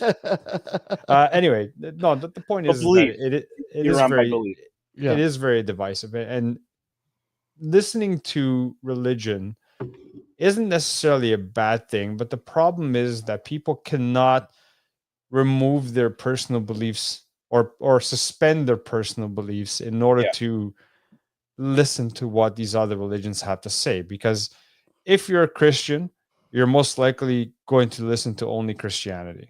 Even if you're not a religious person, but if you were born into a Christian family, your inclination is going to be more to listen more to the Christian side of things, right? And if you're Muslim, if you're born into a Muslim family, then your inclination is more to listen to what Islam has to say, and so on and so forth. The problem is, even if you claim not to be religious, and I claim I'm not religious in a sense, But the only thing I know is Christianity because I was born into a Catholic family. Right? I don't know Islam. I don't know Buddhism. I don't know any of the other faiths. Right? If I was truly sort of the type of person that didn't have any bias or trying to be as unbiased as possible, you'd listen to all of it. Correct. Yeah. Right? Without any sort of prejudice. You listen to all of it and you gather snippets here and there. You need to. Yeah, you need to be able to. The problem is people are not capable. 100% correct. Yeah. The problem is that people are not capable. Yeah. Yeah, it all becomes this huge puzzle, and each one of these religious sort of approaches add to that puzzle, right? Because I mean, when you look at it, a lot of these religions they kind of speak the same kind of language, with different, obviously different takes on certain things, but what about those, when we sort of get in before the sort of the organized religions and go the pagan sort of aspect? How does it play out then when you look at the paranormal? Because obviously the paranormal, this sort of thing has been going on for fucking thousands of years. Even and sure, organized religion has brought more to the forefront, but I mean, this sort of way of thinking has been with us for thousands of years, even before religion was a thing. Yeah, it'd be the first, as I shouldn't call it the first recorded, but I will say it because, as far as I understand, I even brought this up in one of my speaking events, a decade ago. Which there's a reason why I should be keeping talking about some of this. But Theophanos Canonides, a Roman historian, he has the first. I'm gonna believe you on that. Yeah. Just kidding. I think it's somewhere around there. I'm sure you guys Google it, you'll find what I'm talking about. But he has the first written paranormal investigation that he's done. He's also, I believe, if I'm correct, he was the one that also recorded the death of Jesus, if I remember. I could be conflating two different people at that time, but he has the first where he was staying at a place and he heard some noise, and I think it was chains or something like that, and he ended up following the noise or seeing a figure and followed it to like a courtyard. The next day, it kept him up all night. He wrote about it, and the next day he dug up where the supposed being, spirit, whatever, stopped at, and he found bones underneath there. And that's how he correlated that this was, related to his spiritual experience. And so, and that's at least 1,000, 2,000, well, at least 1,000 years old. Somewhere around there, where someone actually took it to an extent to record these things. But the question of understanding spiritual experiences, that's been going on forever. And then through religion, through other spiritual philosophies and whatnot, we're trying to understand it by creating this kind of mythos around it. So it could be the Christian mythos, it could be the Hebrew mythos, which are all related, and that's another thing. People have to understand the history of religion. It's kind of like the history of understanding this as well, because even most of our understanding of ghosts and demons, they come from where? Mostly Christian beliefs. Now, not saying that other cultures and other religious beliefs don't have those particular things, but most of our understanding comes from that, and then when you realize that, it's like, well, what are we dealing with, and then you start getting the history of what are these things, and then you realize, oh, demons long ago weren't Christian, tied down to Christian beliefs. Demons were just what we call ghosts or spirits that we saw, and then you start seeing, oh, well, wait a minute, this was formed differently as we went along for whatever reason religion or time has, altered the meaning of it. So you start seeing these things and it makes you question things. So I think, really the end is to question everything.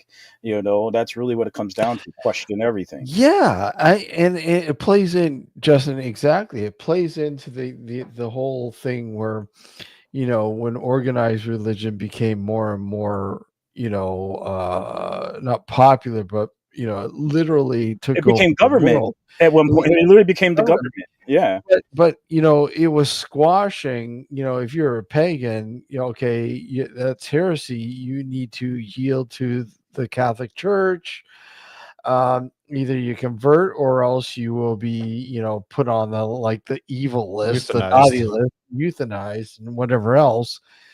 But I mean, at the same time, they were collectively taking a lot of their beliefs and altering them. Yeah.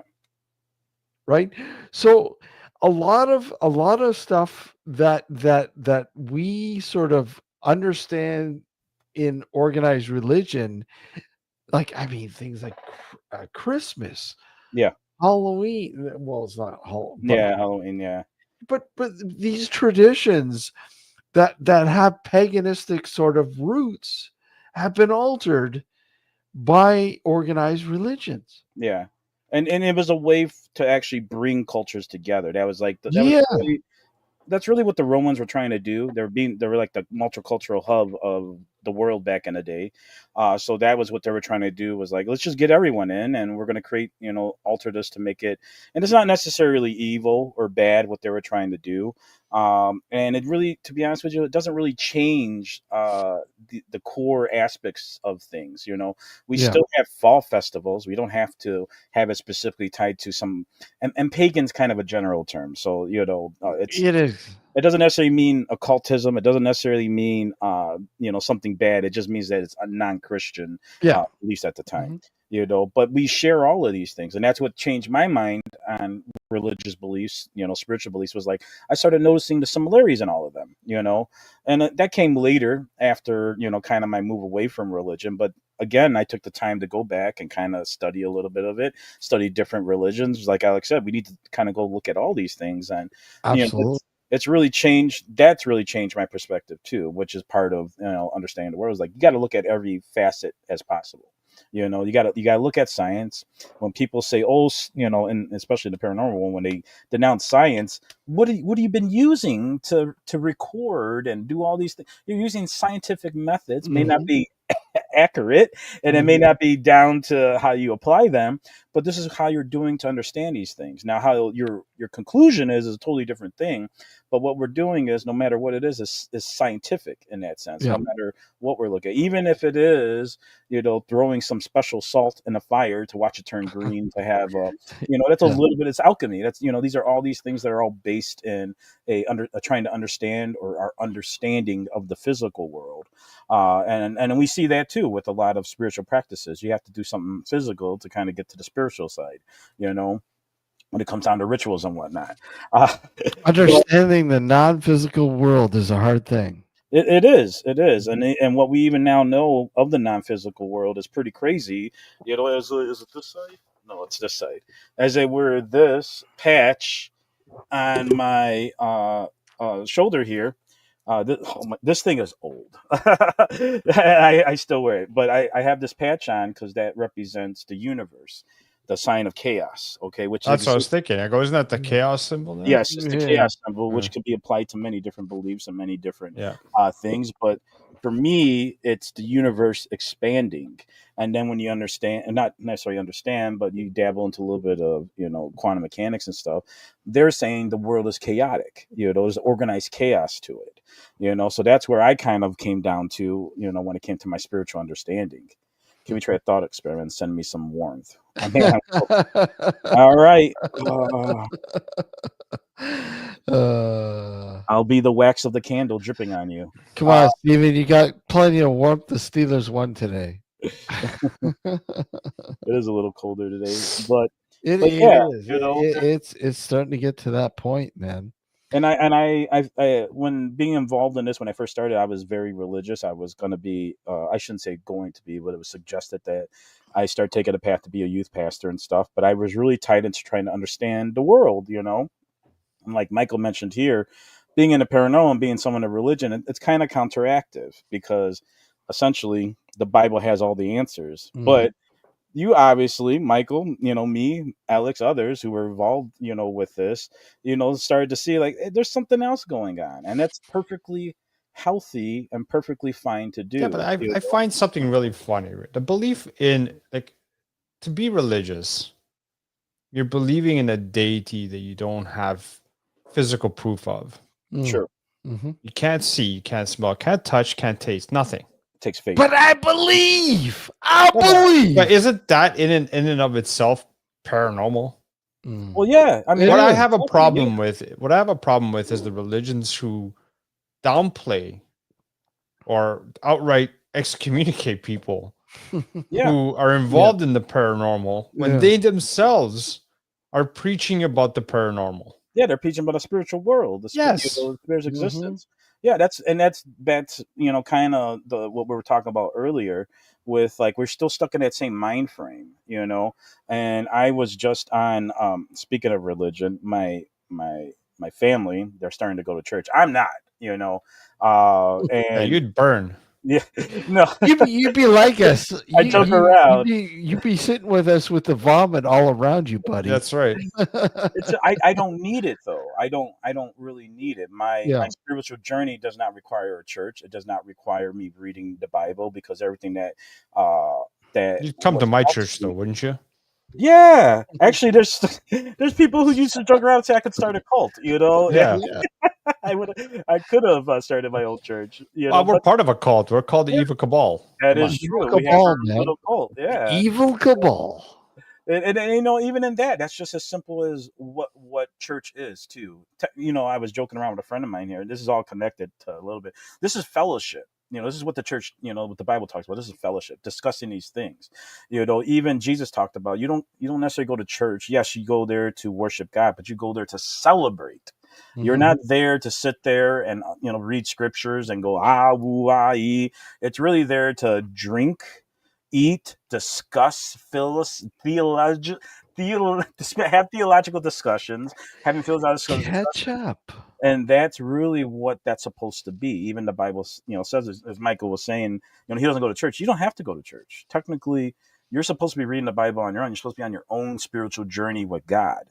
The church is just that extra thing. You go in and you have fellowship. Now, there's some lines on what the purpose of a priest is and whatnot, but I think some of that's been skewed, and it's been a while, so don't quote me on this. But even Jesus said, this is your journey, and you're supposed to study these things on your own. You shouldn't be taking another's word for this. But also, people have a hard time, which is something that I used to, but not necessarily was like a big down. But the Bible's written literal and figuratively, so I used to take things so literally. Yeah. And that's what kind of dissuaded me. So yeah, things do seem weird, but then again, the world is weird, it's funny. I used to, argue with, religious people, Christians, and now I'm arguing with atheists because they're just as narrow-minded as a religious person is. Yep. Even more so at times. Yes. Yep. Mm-hmm. And I was part of the atheist community at one point. Well, I mean, nothing, that was large or anything like that. But during a time when it started to become more, popular to be like, yeah, I'm an atheist, or I should say more comfortable to say those things. I'm agnostic when it comes down to it. I don't know what the answer is. I don't have the answer. Agnostic. You neither believe or disbelieve. You Kabbalist. Yes. That's the way. That's the route I'm taking. I'm more of agnostic than anything. It seems to be the safest route. Yes, because there's something weird happening. No matter someone said, this is a famous quote that I like to say, I'd rather believe and be wrong than not believe and be wrong. Sure. Mm-hmm. Yeah. Because if you don't believe and you're wrong, you're fucked. Well, you even have to look. I mean, it's not even that. When you think about it, this is all part of the journey. If we don't believe and it turns out to be some other outcome, we learned. All right. Mm-hmm. And we go back to the source, whatever that may be, the universe, God, whatever it is. And things may start up again. We may become stardust. We may become a tree. We may become us again. Who knows? I just envision us, when we get to that point where we're just flying through the universe. I hope it is. I hope it's something cool. And going, okay, where am I going? When does this end? and you're going on and going on and going on. Okay, is this gonna end already? Like, what the fuck? Yeah. Like falling down like they have those scenes in the movies falling down the hole. Yeah, the hole, and it doesn't end. It's like, holy shit, man, come on. Yeah, and you know what? That's funny because we're talking about religion and stuff, and I'm like kind of merging these things together. But just as I have this, I have this. Oh God, I'm sorry. I gotta remember how cameras work. Yeah. But yes, I have that, which is the hydrogen particle, Yep. which theoretically we believe that we're advanced hydrogen particles. So this is in a sense my religion is the study of the universe. Realistically, I'm an ontologist, which is the study of everything. As long as you didn't say you're a non-cologist. Oh yeah, come. I went to school for 10 years. No. If anything, he'd be a gynecologist. Gynecologist, yeah. And then the joke would be what the gynecologist and pizza delivery people have in common. They can both smell it, but they can't taste it. Oh my God. Oh my God. You know what, baby? I made you scream, oh my God. You see, you're becoming religious. Yeah. Oh my God. There's that word again. But there's a fine line between those things, as we're seeing it with the science community, with the atheist community, and then there's a really thin veil between it. So because there's a thin veil, then we know that there's something that's kind of in the middle of all that. And that's the way I see things. The demons may not exist, but there's some experiences out there that make you question. So there's got to be something in the middle of that. You got to kind of be prepared for that. Think. Okay, so you got a cubicle for the atheist. You got the cubicle for the Catholic. You got the cubicle for the agnostic. You got the cubicle for this. You got the cubicle for that, and then. Just think of this as a comic strip and saying, okay, who let the gas go? Like, who do you believe? You believe it all. That's the real truth. That's it. It does not. Who is right and who is wrong? It doesn't affect. Like I said, the beginning of the universe is not here, but I say it often when I'm kind of talking with atheists. At one point, I said the beginning of the universe is just as fantastical as supposedly the creator. Coming in and either physically or whatever his ways of doing things, he or she, of course, in this day and age, just be careful, he or she, but whatever that creator may do into creating the universe, it is just fantastical anymore. Why we need them is because we don't know the answer. So each one of them is basically people trying to reach that level of enlightenment, believe it or not. And each religion is that. They all talk about this higher level. In the Hindu religions, we're talking about being the Godhead, reaching that. That's what heaven is reaching the Godhead. So we're all trying to reach this higher level of understanding. But at the same time, you got to remember religion and then organized religion. There's a difference. Oh, sure. Yeah. Right. I mean, organized religion is, let's get as much fucking money out of these fucking suckers as possible. Involved with politics and politics and everything else. So basically, faith versus religion. Yeah, no, you're right. You're right. Yeah, exactly. Yeah. Exactly. But another reason to Cheryl's point, it's not so much the religions, because different cultures, obviously, they believe different things because of the different how culture came, history, and different whatever.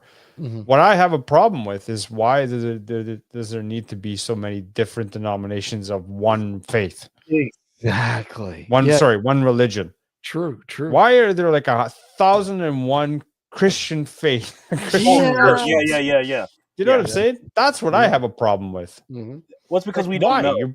You're all like, what? You're just changing the Bible a little bit to suit your need? Yeah. No, it's true. Like when Protestant came to be, when the Reformation came to be in England, it was because one of the kings couldn't get a divorce because Catholics didn't allow divorce.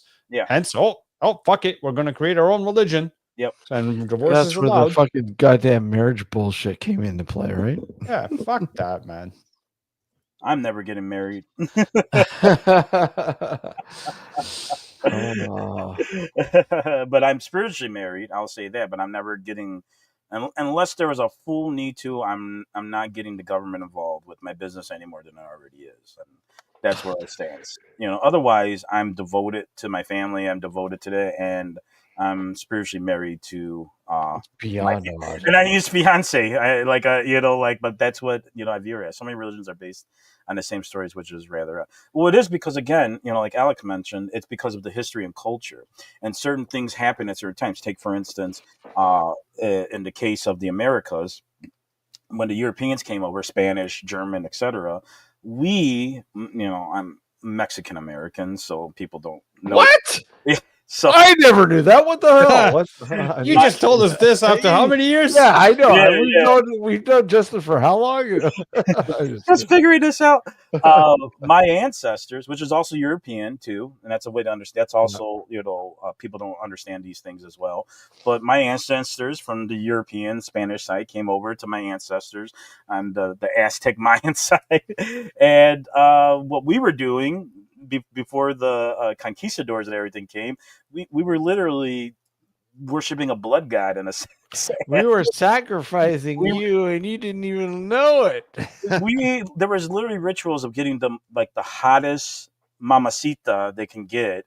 They celebrate her all day, and then they go, all right, whatever, slit Time to throats, die. whatever it may be. And then all right to the god, and hopefully everything goes well. Like we were doing that, which is whatever, and then you get the conquistadors with Catholicism coming over, and then everyone's getting raped and beaten, and and that's here we are. But the point of the being is that we were the Native Americans here, I'll say it like that, were at a different level of understanding and history wise of where they were growing. So they were celebrating a blood god, which is almost no different than the Judeo-Christian God, because what we were doing prior to the Gospels, we were sacrificing lambs and whatnot to God. So prior to the Gospels, we were doing that. It's just a little bit different, but our philosophical, theological understanding of things kind of modernized when it came to those things, compared to like, oh yeah, we cut some person up, and hopefully the rain and agriculture goes well, which is not so different than anything else. He's a very naughty boy. I think that is that not some Monty Python going on? It is there? the Holy Yeah, the Grail. Life of Brian. Sorry, the Life of Brian. The Life of Brian. Brian, yeah. But that's the thing. That's why we have these different perspectives. Or if you follow the Bible, it was from the fall of Babylon, from the Tower of Babel. So what happened there was at some point we all believed and spoke the similar languages until the fall, which God was like, yo, you guys are misbehaving. So now you guys got to not know what the hell you guys are talking to. So everyone had their own language, which is canonically what happened to us, essentially. Which, of course, during that time, of course, the continents were probably closer in time, so it's probably easier to spread out and so on, and migrate to the other parts of the world. But that's really the case. That's why it's so diverse and so gone, because just like China, India, and many other continents, countries, etc., a lot of people stayed within that. They didn't travel. It wasn't until later, when we started seeing the Roman Catholic merging Christian and all these things, that we've seen kind of the melting pot of stuff. And that's kind of the evolution of everything that we're doing or believing in. Michael, we need to educate you on Monty Python. We need to educate you on Monty Python. Oh my God, look more into it. Yes, get the Holy Grail, or start watching the Monty Python. Yes, absolutely. The Holy Grail and Life of Brian, the two classic. The meaning of life is great too. I fucking hated that one. Life, I loved it. I hated that one. But and for now, completely something completely different. Even. Yeah. Oh, the series is amazing. So, and also look up Cheech and Chong. Yeah. That's how, that's the Rastafarians, right? Yeah, Cheech and Chong were awesome, man. Yeah. Crazy movies. They're crazy. Yeah. Like, watch that. They're crazy. Sometimes I get anxiety watching, because there's like things are happening in scenes, and I know they're moving around, and then someone else comes in the scene and starts doing something weird, and they start having these weird conversations. Those are the kind of movies. Those are the kind of movies that you probably have a better time watching if you were like stoned. When you're stoned. Oh, wow, absolutely! Like you're like, what the hell? Freaking what is it? Which is the one with Pee Wee Herman? He's like, was he the bellhop or he worked at a hotel? Yeah, I can't remember which one it was. Wow. I can't What was remember which that one it again? was. Oh my god! Yeah, it's one of them. And they're all just. It's almost like a slice of life. You're watching a slice of life, and I'm like, are they really filming? Are these real people? Did you watch the Corsican Brothers? Oh yeah! Oh yeah! Classic. Where when one gets hit, the other one feels it. They're like twins, Yeah. and oh, that was fucking hilarious. Classic. I forgot about that when they weren't doing some of their high movies. Yeah.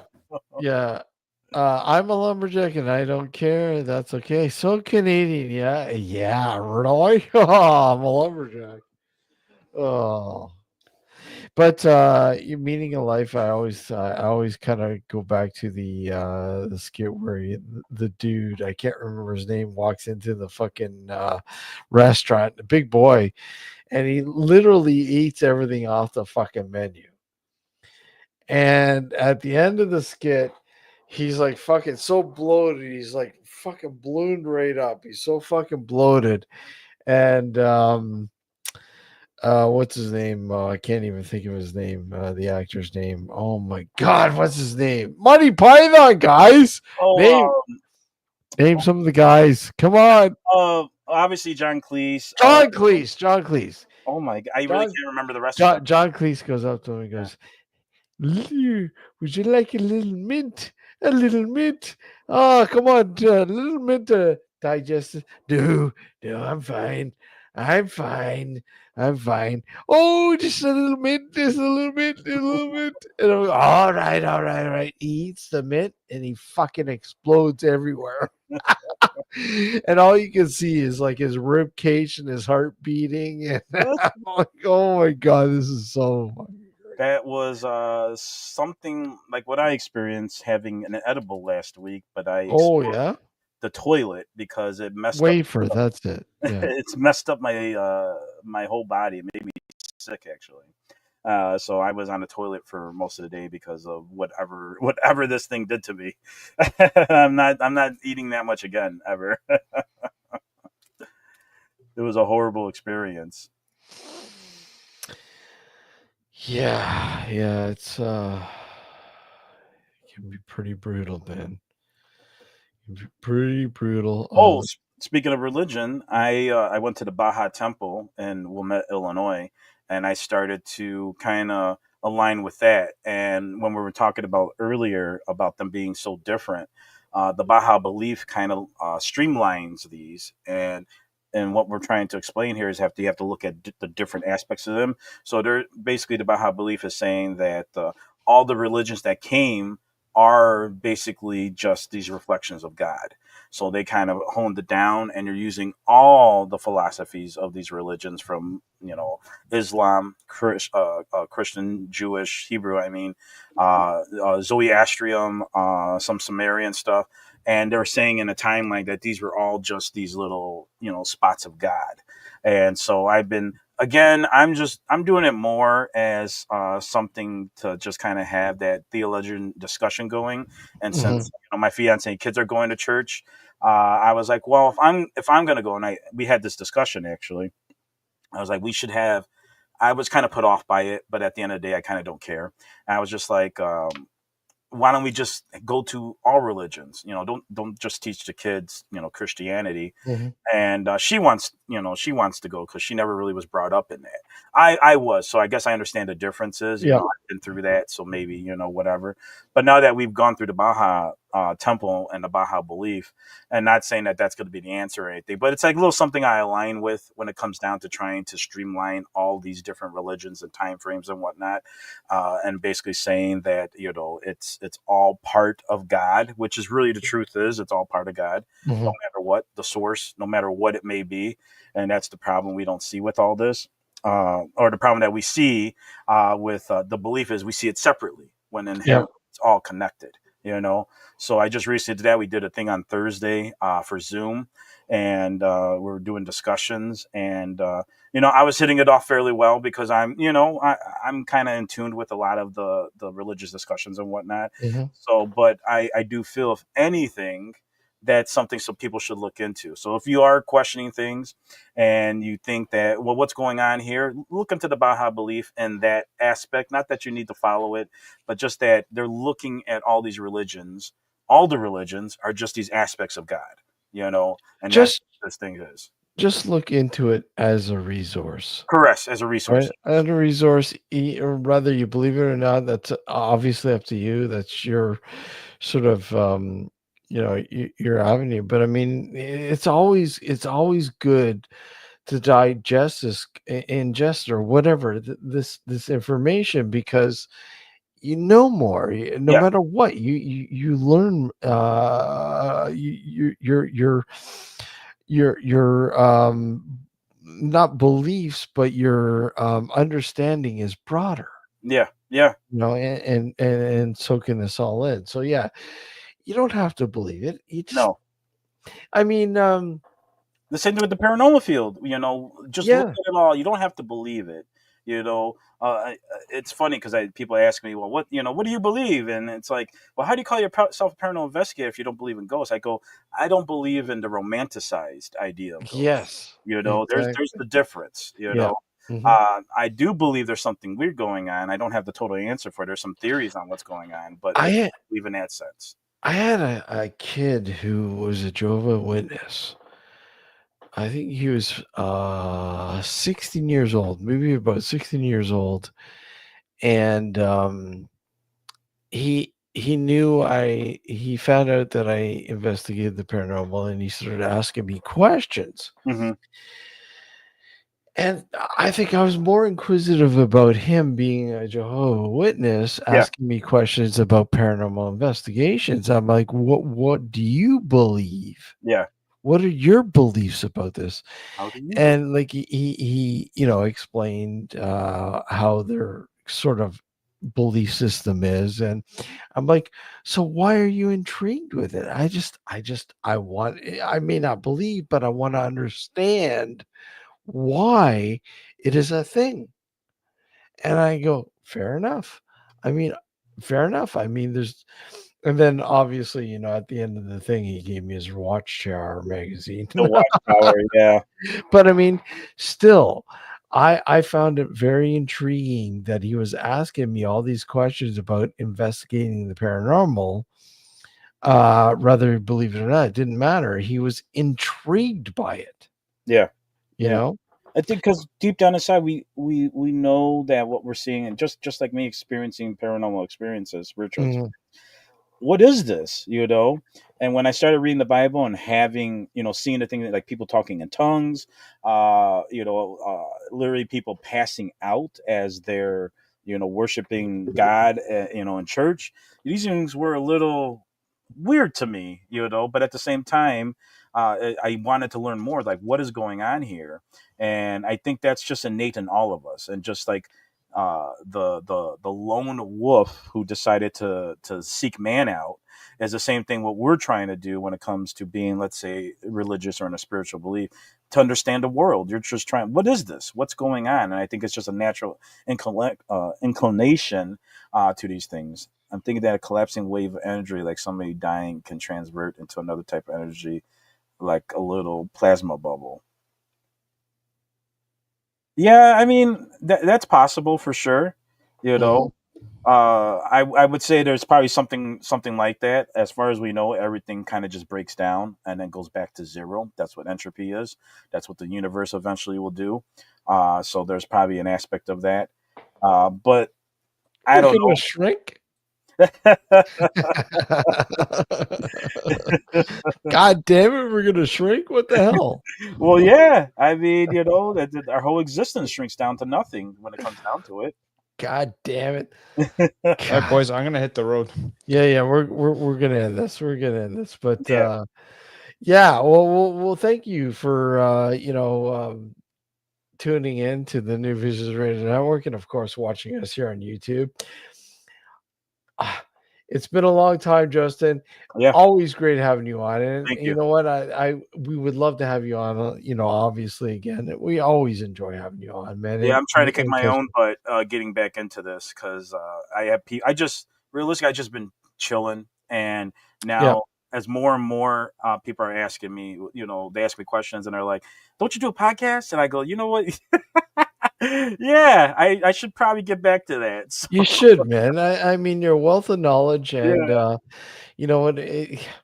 We enjoy having you on, man. I yeah, mean, I love because having being with you guys. like I said, it's been, like we said, almost 20 years. Yeah, So I mean, yeah, we enjoy it. So obviously, when you have time and thank you're you able guys. to do it, come on.